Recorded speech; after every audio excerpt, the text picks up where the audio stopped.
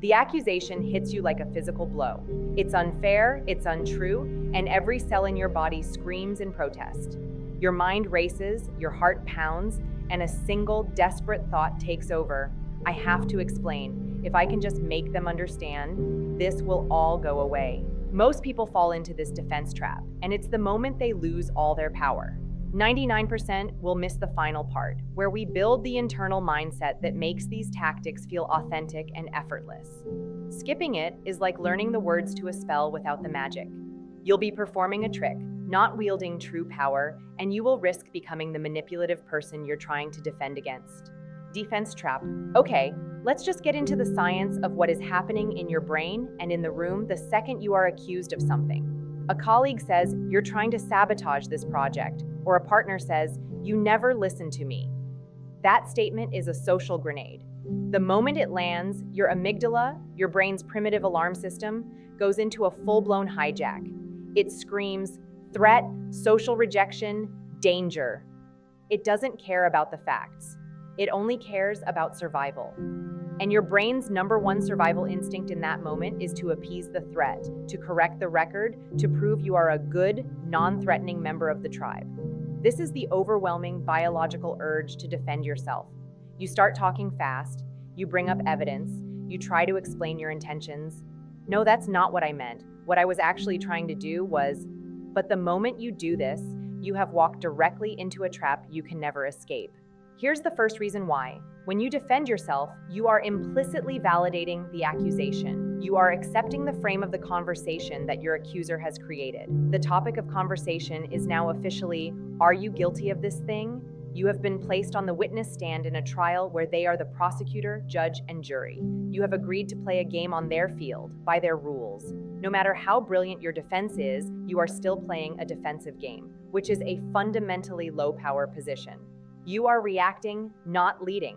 You have handed them the keys to the entire interaction, and you will never get them back. The second reason this trap is so effective is because of a powerful psychological principle called confirmation bias. When a person makes an accusation, they have already, on some level, decided that it's true. Their brain has a narrative, and it will now actively look for evidence to support that narrative and discard any evidence that contradicts it. Your brilliant logical defense? To their brain, it's not evidence of your innocence. It's evidence that you are also deceptive and manipulative. The more you protest, the more you sound to them like someone who is guilty. It's a psychological catch-22. Your very act of defending yourself becomes the proof they need to confirm their initial suspicion. You are literally digging your own hole deeper with every word you say.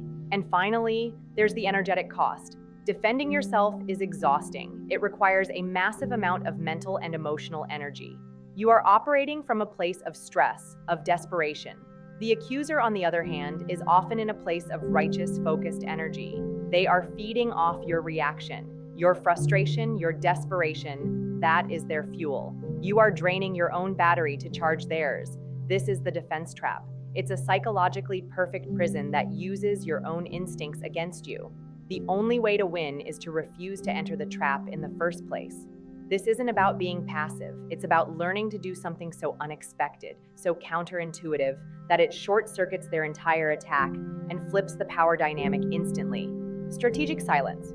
The first and most powerful move you can make when faced with an accusation is a move that requires no words at all. It is the art and science of strategic silence. A core principle of Machiavellian strategy is to never interrupt an enemy when he is making a mistake. An unfair accusation is a mistake. The person is overplaying their hand, they are emotionally escalated, and they are expecting a very specific reaction from you. They are braced for your defensive onslaught. They have their counter-arguments ready. The one thing they are not ready for is your calm, deliberate, and unnerving silence. This is not the icy, passive-aggressive silence of someone who is hurt. This is the calm, observant silence of someone who is in complete control.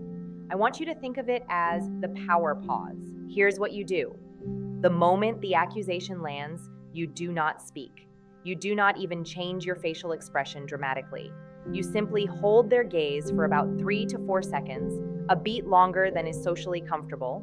You can give a very slight, almost imperceptible nod, as if to say, "I'm processing that." In those 3 or 4 seconds, a psychological nuclear bomb goes off in the other person's brain. First, you have created a pattern interrupt. Their brain was on a well-worn path, expecting a fight or a flurry of excuses. Your silence is a dead end. It forces their brain to scramble, to ask, "What's happening? This isn't the script." All of the energy they had built up for the fight has nowhere to go. Second, the silence makes them deeply uncomfortable. It creates a vacuum, and they will feel an overwhelming urge to fill it. They have just lobbed this huge, aggressive accusation into the space between you, and you have simply looked at it without touching it.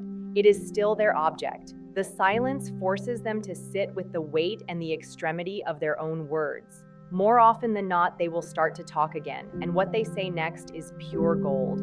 They will start to soften their accusation. They will start to explain themselves. They will say things like, "Well, I'm not saying you did it on purpose, or I'm just really stressed," and it just felt like they are literally starting to defend their own accusation against your silence. They are doing the work for you. But most importantly, this power pause is a gift you give to yourself. It is your emergency brake for your own amygdala hijack. In those 4 seconds, you are taking a breath. You are allowing the initial flood of cortisol to subside. You are moving out of your reactive, primitive brain and back into your calm, rational, and strategic prefrontal cortex.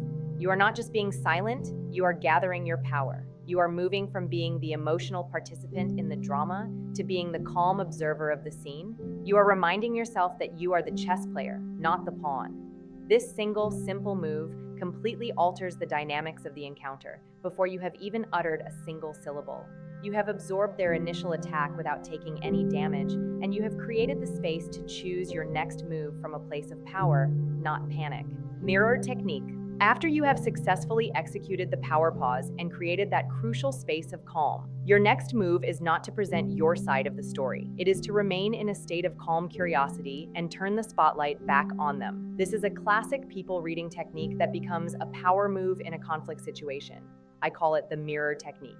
You are going to reflect their accusation back to them, not as a denial, but as an object of genuine curiosity. You are going to make them do the work of examining their own statement. This is a profoundly disarming and confusing tactic for someone who is geared up for a fight. The language here is incredibly important. You must strip your tone of all defensiveness, all anger, all sarcasm. Your tone should be neutral, calm, and genuinely inquisitive, as if a scientist has just been presented with a strange and fascinating new piece of data. Here are a few phrases you can use. If a colleague says, "You're trying to take all the credit for this," after your power pause, you can look at them with a neutral expression and ask, "What was it specifically that I did that made it look that way to you?" Another one is, "That's a really interesting take on it. Help me understand your thought process for getting to that conclusion." Or even more simply, "Tell me more about why you feel that way." Let's break down the science of why this is so effective. First, you are forcing them to move from a high-level emotional accusation to a low-level logical explanation. A vague accusation like, "You never support me," is easy to say and feels powerful. But when you ask, "Can you give me a specific example of a time you felt unsupported?" you are demanding evidence. You are asking them to show their work. Very often, they can't. Their accusation is based on a feeling, not a fact, and when they are forced to search for concrete evidence, their entire argument starts to crumble right in front of them. You are not saying they are wrong.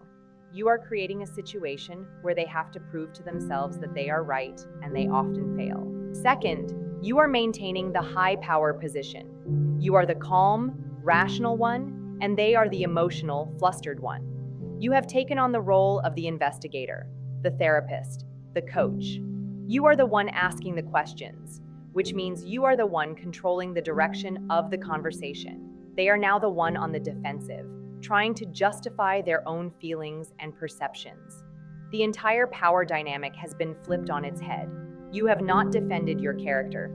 You have made them defend their accusation. This technique is also a powerful data gathering tool. Their answer to your question will tell you everything you need to know about their motive. Are they bringing up a genuine, though perhaps misinterpreted, piece of evidence? If so, this might be a simple misunderstanding that you can now calmly clarify. Or do they get angry, flustered, and start attacking you personally? I don't have to explain myself to you. You're always twisting things around. This is a massive red flag. It's the reaction of someone whose accusation was not a genuine grievance, but but a deliberate power play. They had no evidence to begin with, and your calm request for it has exposed their game. This data is priceless. It tells you that you are not dealing with a reasonable person, and that further engagement is pointless. The mirror technique allows you to diagnose the situation with stunning clarity, all while maintaining your composure and control. Value redirect. This next technique is a high-level power move. It is for situations where you can tell the accusation is not a genuine attempt at conflict resolution, but a strategic attack designed to undermine your reputation or status, especially in a group setting. In these moments, engaging with the specifics of the accusation, even with the mirror technique, can still keep you bogged down in the mud. The value redirect is about lifting the entire conversation out of the mud and onto higher ground. A ground where you have the definitive advantage. You are going to completely ignore the bait of their accusation and pivot the conversation to a shared value or a higher purpose that is impossible for them to argue with. Here's how it works. Imagine you are in a team meeting and a colleague says, "It seems like you're trying to push your own agenda here instead of thinking about what's best for the team." This is a direct attack on your character and your motives. The defensive response is to list all the ways you are a team player. The mirror technique would be to ask them for specifics, but the value redirect is to zoom out. You would pause, make eye contact with the entire group, not just your accuser, and say something like, "I think the most important thing for all of us to remember is that our number one goal is the success of this project. Every decision I make is filtered through that lens. I'm completely open to any idea from anyone that will get us to that goal faster and more effectively." Do you see what you just did? You completely ignored their personal attack. You refused to engage with the drama. Instead, you reframed the entire conversation around a shared, noble value, the success of the project. You have now positioned yourself as the guardian of that value. You are the one who is focused on the mission, on the team's success. Your accuser, by contrast, is now the one who looks like they are focused on petty, personal squabbles. You have seized the moral high ground. This tactic forces your accuser into a corner. They now have only two choices. They can either agree with your value statement, yes, of course, the project is the most important thing, in which case they have implicitly dropped their attack and validated your leadership frame. Or they can double down on their personal attack, in which case they look small, vindictive, and like the actual person who is not a team player to everyone else in the room. In either case, you win. You have transformed an attack on your character into a demonstration of your leadership. This works in personal situations as well. If a family member says, "You always make everything about you," you can redirect to the value of family harmony. "What's most important to me is that our family is happy and supportive of each other. My intention is always to contribute to that. Let's focus on how we can make sure this holiday feels good for everyone." You are refusing to get into a who's more selfish debate. You are elevating the conversation to a place where you are aligned with the highest possible good of the group. The value redirect is a masterful way to make an accusation not just miss its target, but backfire on the person who threw it. You are showing that while they are playing checkers, you are playing chess. Future focus. There are some situations, particularly with people you have an ongoing relationship with, where the previous tactics might feel a bit too clinical or detached. The accusation might come from a place of genuine hurt, even if it's poorly expressed. In these cases, you need a tool that de-escalates the emotion while still refusing to accept the premise of the unfair accusation. This is the future focus pivot. The core of this technique is to acknowledge the other person's emotion without validating their story, and then immediately pivot the conversation from the blame-filled past to the solution-oriented future. You are essentially saying, "I'm not going to argue with you about what happened, but I am willing to work with you on what happens next." Let's break this down. The first step is to validate the emotion. This is a crucial de-escalation tool. When people are emotional, they want to feel heard. Validating their feeling is not the same as agreeing with their facts. You can say things like, "I can see that you're really frustrated about this," or "It's clear that this has really upset you," or "I hear the anger in your voice." These are simple statements of observation. You are acknowledging their emotional state without saying, "You're right, I'm a terrible person." This act of empathy is often enough to take the wind out of their sails. It lowers their defenses because they feel, for the first time, that you are not an adversary, but someone who is at least willing to listen. The second step, which must happen immediately after the first, is the pivot. You are going to build a bridge from their past-focused emotion to a future-focused solution. After you say, "I can see that you're really frustrated about this," you immediately follow up with a collaborative, forward-looking question. What's the most important thing we can do to fix this right now? Or, what would a perfect outcome look like from this point forward? Or, let's put our heads together and come up with a plan to make sure this doesn't happen again. The key is to use inclusive language like we and our. You are pulling them from their side of the battlefield onto your side to look at the problem together. This technique is brilliant because it satisfies their emotional need to be heard while completely sidestepping the toxic blame game. You are refusing to get stuck in the quicksand of arguing about the past. You are essentially saying, "I am not going to litigate history with you. I am only interested in building a better future." This is an incredibly difficult frame to argue with. If you offer a genuine, collaborative hand to build a solution, and they refuse it and try to pull you back into the argument about the past, they reveal their true motive. They are not interested in solving the problem, they are interested in punishing you. And that, like with our other techniques, is an invaluable piece of data. The future focus pivot allows you to de-escalate the situation, maintain your power, and quickly discern whether you are dealing with a partner in problem solving or a dedicated adversary. Internal throne.